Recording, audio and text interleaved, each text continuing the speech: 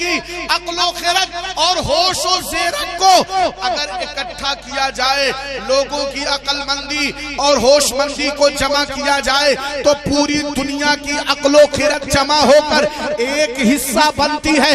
ऐसे 99 हिस्से अक्ल के मुस्तफा करीम को मेरे रब ने अता फरमाया। सुभान अल्लाह, सुभान अल्लाह। और ये मेरे आका की अक्ल और दानिश्वरी, होशमंदी, खिरतमंदी की आला दलील थी कि मेरे आका ने एक मुख्तसर तरीन अरसे में एक बदतरीन कौम को एक बेहतरीन कौम बनाकर दुनिया के सामने पेश किया। जिंदाबाद जिंदाबाद, सुभान अल्लाह। वो पेशानियां जो रब की बारगाहों से फिर चुकी थी, वो पेशानियां जो आवारा हो चुकी थी, उन आवारा पेशानियों को माबूदे हकीकी की बारगाह अशहदु अल्ला इलाहा इल्लल्लाह वहदहु ला शरीका लह व अशहदु अन्ना मुहम्मदन अब्दुहु व रसूलुहु बिल हुदा व दीनिल हक़ अरसला।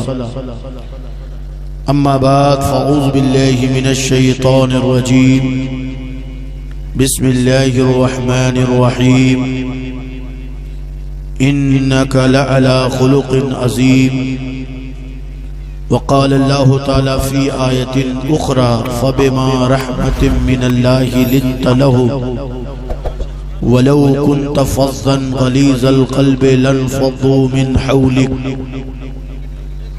वक़ाल आइशतु रज़ियल्लाहु ताला अन्हा कान रसूलुल्लाहि सल्लल्लाहु अलैहि वसल्लम अहसनन नास खुलुक़ा व कान अलियनन नास। वक़ालत ऐज़न लम यकुन फ़ाहिशा वला मुतफ़हिशा वलाकिन याफ़ू व यस्फ़ा। वक़ाल नबी सल्लल्लाहु अलैहि वसल्लम इन्नमा बुइस्तु लिउतम्मिम मकारिमल अख़लाक़।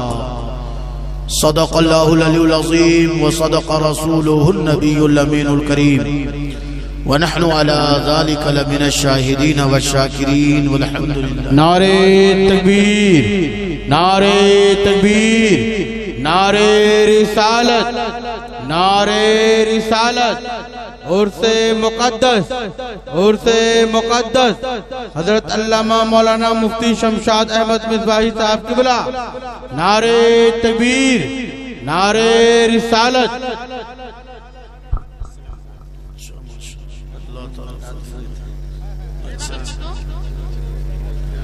उर्से मुक़द्दस, उर्से मुक़द्दस। नारे तकबीर, नारे रिसालत। काबिले मुबारकबाद हैं आप तमामी हजरात। अल्लाह अज़्ज़ा वजल आप हजरात को दुनिया और दारैन की इज्जतों से मालामाल फरमाए, सआदतों से बहरावल फरमाए। आमीन आमीन सुबह आमीन। आज की ये महफिल यकीनन हम सब के लिए मसर्रतों और खुशबख्तियों की महफिल है। और आप देख रहे हैं कि इस नूरानी शब में इस इलाके के उलमा, अइम्मा और शोराए इज़ाम भी जलवाबार हैं। ये साहिबे उर्स हुजूर सैयद सरकार गालिब शहीद रहमतुल्लाह ताला अलैह की फुयूज़ो बरक़ात हैं, जिसकी झमाझम रहमतें हम सब पर बरस रही हैं। बारगाह रब्बुल औला में ये दुआ है कि मौला ताला हमें इनकी बारगाह में खिराज अकीदत पेश करने का ये तरीक़ा कबूल फरमाए और हमें इनकी रहमतों, बरकतों और फुयूज़ो बरक़ात से मालामाल फरमाए। अल्लाह तबारक व ताला आपकी हौसला अफजाइयों और आपकी इज्जत व वक़ार को हमेशा यूं ही शाद और आबाद रखे।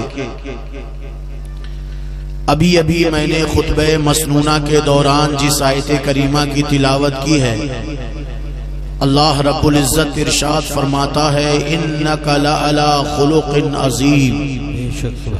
ए महबूब, यकीनन आप बड़े अखलाक के धनी हैं। आप अजीम अखलाक के मालिक हैं। दूसरी आयत में रब ताला फरमाता है फबिमा रहमतिम मिनल्लाहि लिन्त लहुम वलौ कुन्त फज़्ज़न गलीज़ल क़ल्बि लन्फ़द्दू मिन हौलिक। ए महबूब, आप अपने रब के रहमो करम से नर्म दिल पैदा किए गए हैं।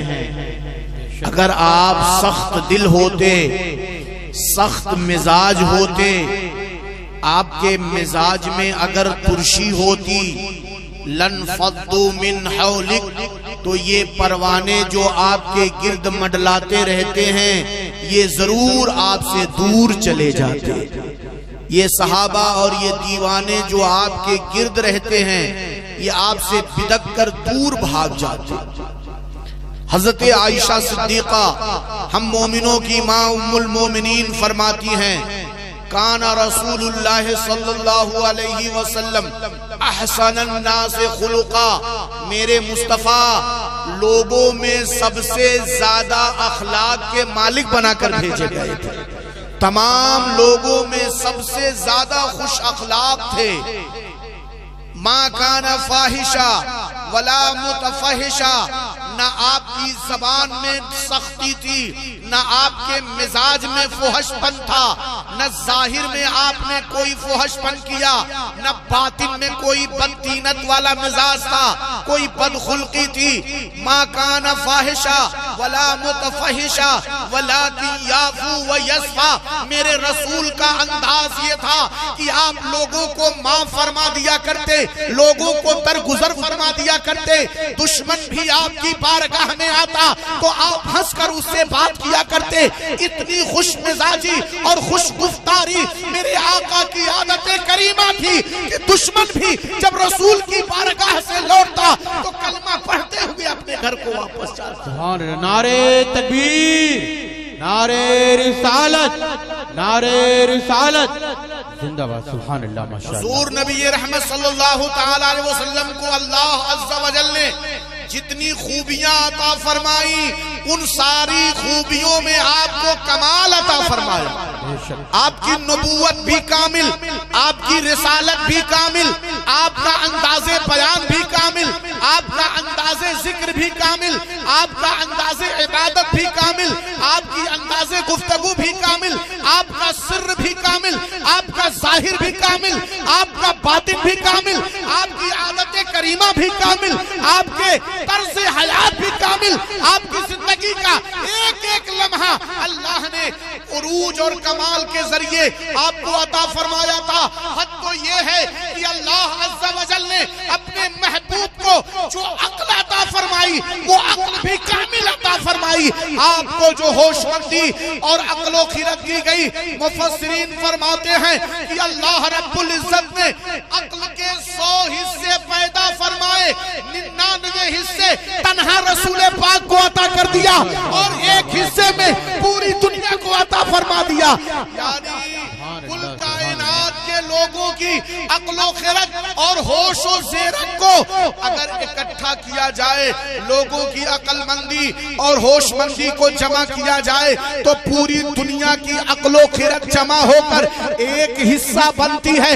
ऐसे 99 हिस्से अक्ल के मुस्तफा करीम को मेरे रब ने अता फरमाया। सुभान अल्लाह, सुभान अल्लाह। और ये मेरे आका की अक्ल और दानिश्वरी, होशमंदी, खिरतमंदी की आला दलील थी कि मेरे आका ने एक मुख्तसर तरीन अरसे में एक बदतरीन कौम को एक बेहतरीन कौम बनाकर दुनिया के सामने पेश किया। जिंदाबाद, जिंदाबाद, सुभान वो पेशानियां जो रब की बारगाहों से फिर चुकी थी, वो पेशानियां जो आवारा हो चुकी थी, उन आवारा पेशानियों को माबूदे हकीकी की बारगाह में किसने झुकाया?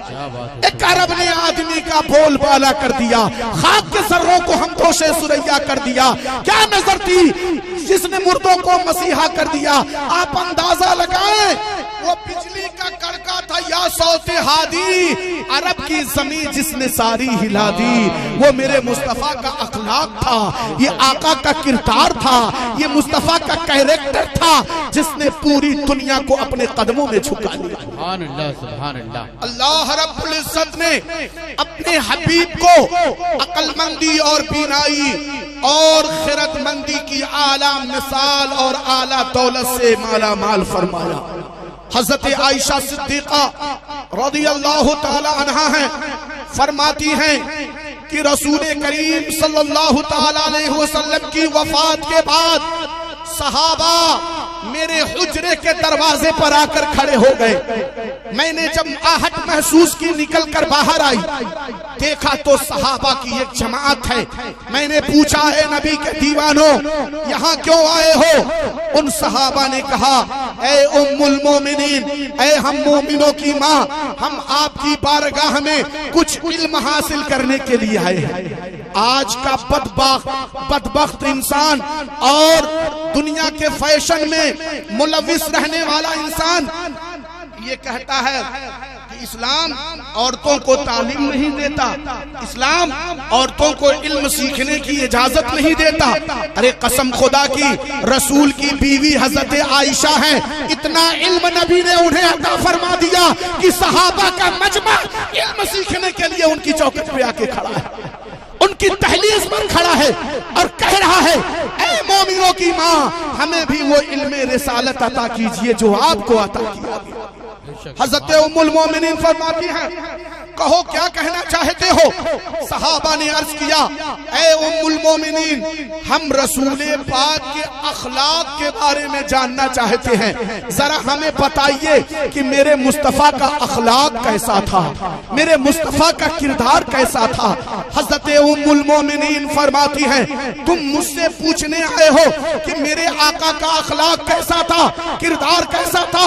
अरे सुनो, मेरे एक सवाल का जवाब दो, उसके बाद मैं बताऊंगी कि मेरे आका का अखलाक कैसा था। सहाबा मुतवज्जे हुए। मेरी आयशा सिद्दीका उम्मुल मोमिनीन मेरी माँ फरमाती है, सुनो, अल्लाह ताला ने तुम्हें जिंदगी गुजारने के लिए जो साजो सामान अता किए हैं, जिंदगी बरतने के जो लवाजिमात अता किए हैं, क्या तुम उनकी तादाद बता सकते हो?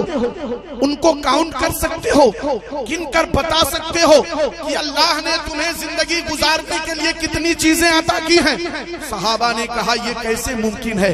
खाने पीने की चीजें भी हैं, ओढ़ने पहनने की चीजें भी हैं, लिखने पढ़ने की चीजें भी हैं, चलने फिरने के आलात भी हैं, काम करने और पेशा इख्तियार करने के आलात, सनअत और हिरफत भी हैं। उनकी शुमार और उनकी गिनती नहीं हो सकती। हम कैसे बता सकते हैं कि अल्लाह ने हमें जिंदगी गुजारने के लिए कितनी चीजें अता फरमाई?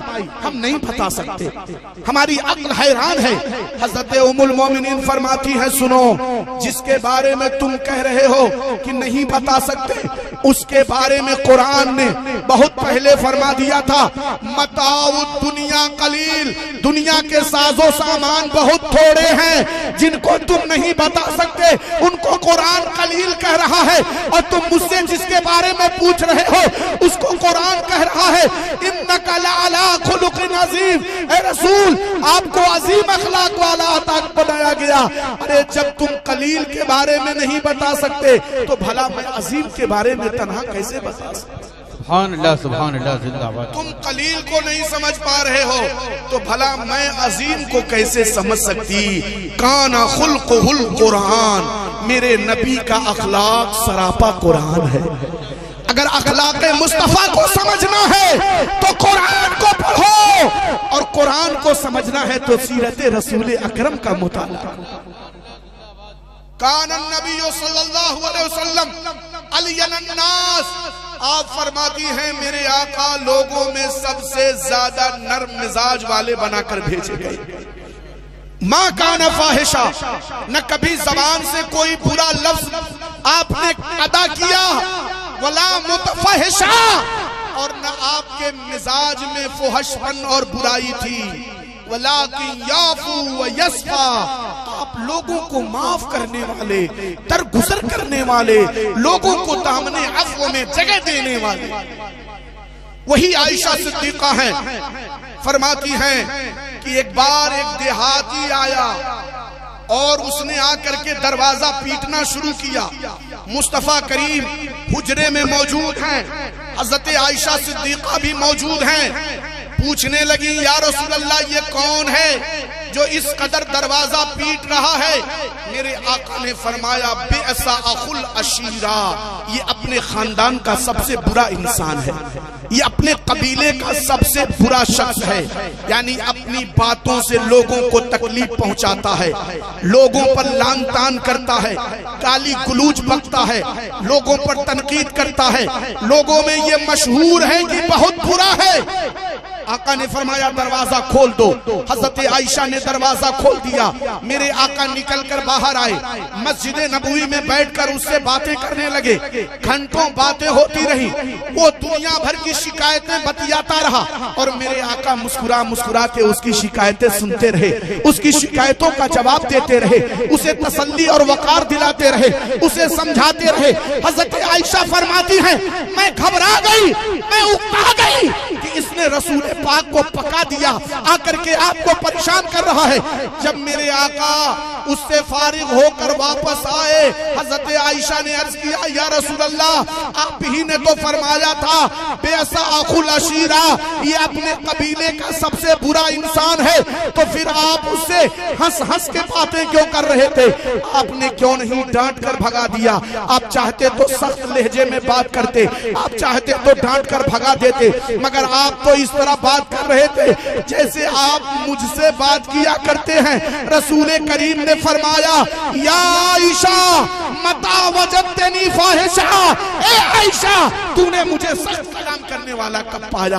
मैं दुश्मन के साथ भी उसी लहजे में बात करता हूँ जिस लहजे में मैं तुम्हारे साथ बात किया करूँ। सुभान अल्लाह, सुभान अल्लाह। आप अंदाजा लगा सकते हैं कि रसूल करीम सल्लल्लाहु ताला अलैहि वसल्लम का मिजाज क्या था। आप दुश्मन के साथ कैसे पेश आया करते थे?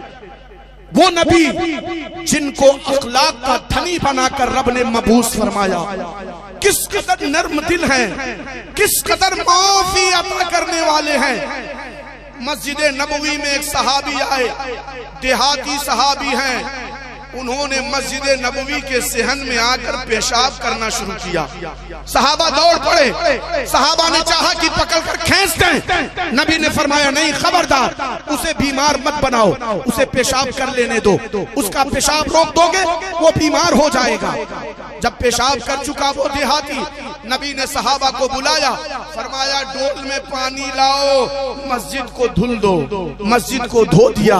मेरे आका ने उस देहाती को अपने पास बुलाया, आकर के मुस्कुराते हुए मुस्तफा ने समझाया और फरमाते हैं, इन्नमा हाज़िहिल मसाजिद बुनियत बिज़िक्रिल्लाह व लितिलावतिल कुरान व लिस्सलात, ये अल्लाह का घर है, ये मस्जिद है, यहाँ नमाज पढ़ी जाती है, यहाँ जिक्र इलाही होता है,